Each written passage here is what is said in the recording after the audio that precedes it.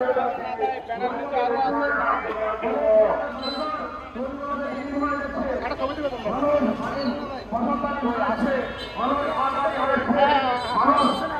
দুইটা ধরেন।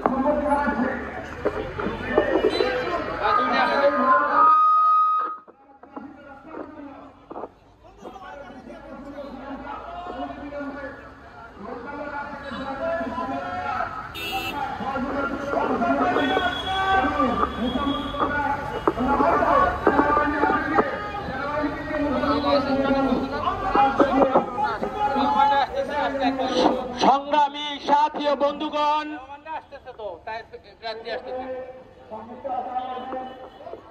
খানজাহান আলীর স্মৃতি বিজড়িত ঐতিহাসিক বাগেরহাট, এই বাগেরহাট স্বাধীনতার পর থেকে এখানে 4টি সংসদীয় আসন বিদ্যমান।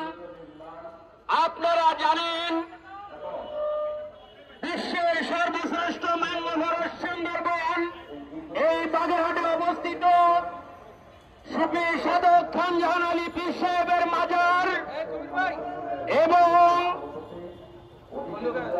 রামপাল তাপ বিদ্যুৎ কেন্দ্র সহ বাংলাদেশের দ্বিতীয় বৃহত্তম বন্দর মোংলা বন্দর এই জেলায় অবস্থিত। 4টি সংসদীয় আসন এখানে দীর্ঘদিন যাবৎ এই বাগেরহাট জেলার ব্যাপক জনগোষ্ঠী তারা ন্যায্য অধিকার থেকে বঞ্চিত। রাষ্ট্রীয় কোষাগারে বাগেরহাট থেকে সামুদ্রিক সম্পদ, বনজ সম্পদ এবং আপনারা জানেন বাগেরহাটকে হোয়াইট গোল্ড এরিয়া বলা হয়, সাদা সোনার এলাকা। এখান থেকে হাজার হাজার কোটি টাকা রাষ্ট্রীয় কোষাগারে জমা হয়, কিন্তু বিগত ফ্যাসিস্ট আমলে এই বাগেরহাটকে বঞ্চিত করা হয়েছে। শেখের গোষ্ঠী বাগেরহাট খুলনার 3টি আসন তারা পদাধিকার বলে দখল করে নেয়, উন্নয়ন অগ্রগতির থেকে বাগেরহাটকে বঞ্চিত করে। এই কারণে বাগেরহাটের মানুষ ছিল অত্যন্ত বিক্ষুব্ধ। কিন্তু আমাদের ঐক্যবদ্ধ আন্দোলনের মাধ্যমে বিগত ফ্যাসিস্ট সরকার খুনি হাসিনা দেশ থেকে পালিয়ে যেতে বাধ্য হয়।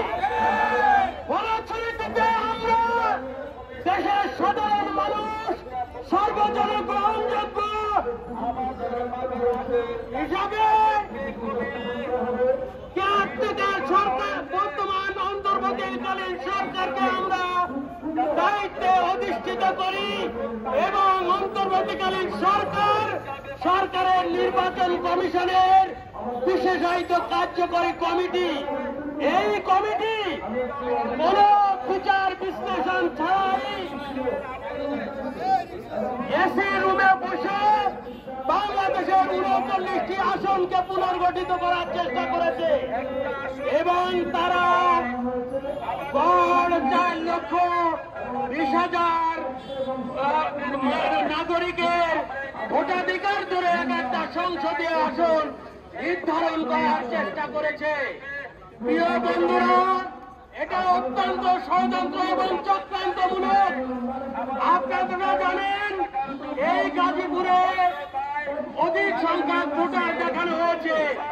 গাজীপুর হচ্ছে শ্রমিক অধিষ্ঠিত এলাকা। বিগত সরকারের সময়ে এইখানে বড় বড় শিল্প ইন্ডাস্ট্রি, গার্মেন্টসে যারা চাকরি করে তাদেরকে ভোটার করা হয়েছে। তাহলে আমরা ব্যাংক পাড়া আমাদের পাশে মতিঝিলের অফিসার সবচেয়ে বেশি লোক হয়। তার মানে কি আমরা শুধু মতিঝিলকে নিয়ে সংসদীয় আসন নির্ধারণ করবো কিনা? এটা ন্যায় বিচারের পরিপন্থী। এটা বাগেরহাটের জনগণকে অপমান করা। এটা আমরা কোনোভাবে মেনে নিতে পারি না। সুতরাং নির্বাচন কমিশনের এই বিশেষায়িত কমিটি যে প্রস্তাব দিয়েছে 4টা সংসদীয় আসনকে সংকুচিত করে 3টা নির্ধারণ করা, আমরা এটা তীব্র প্রতিবাদ জানাই। আজকে এই যে চিন্তাধারা, এই চিন্তাধারা থেকে নির্বাচন কমিশনকে বেরিয়ে আসতে হবে। তা না হলে বাগেরহাটের আপামর জনগোষ্ঠী দল মত ধর্ম বর্ণ নির্বিশেষে এই প্রস্তাবের বিরোধিতা আমরা করতে চাই এবং আমরা যে কোনো মূল্যে এই প্রস্তাব ব্যর্থ করে দিতে বাধ্য হব ইনশাআল্লাহ।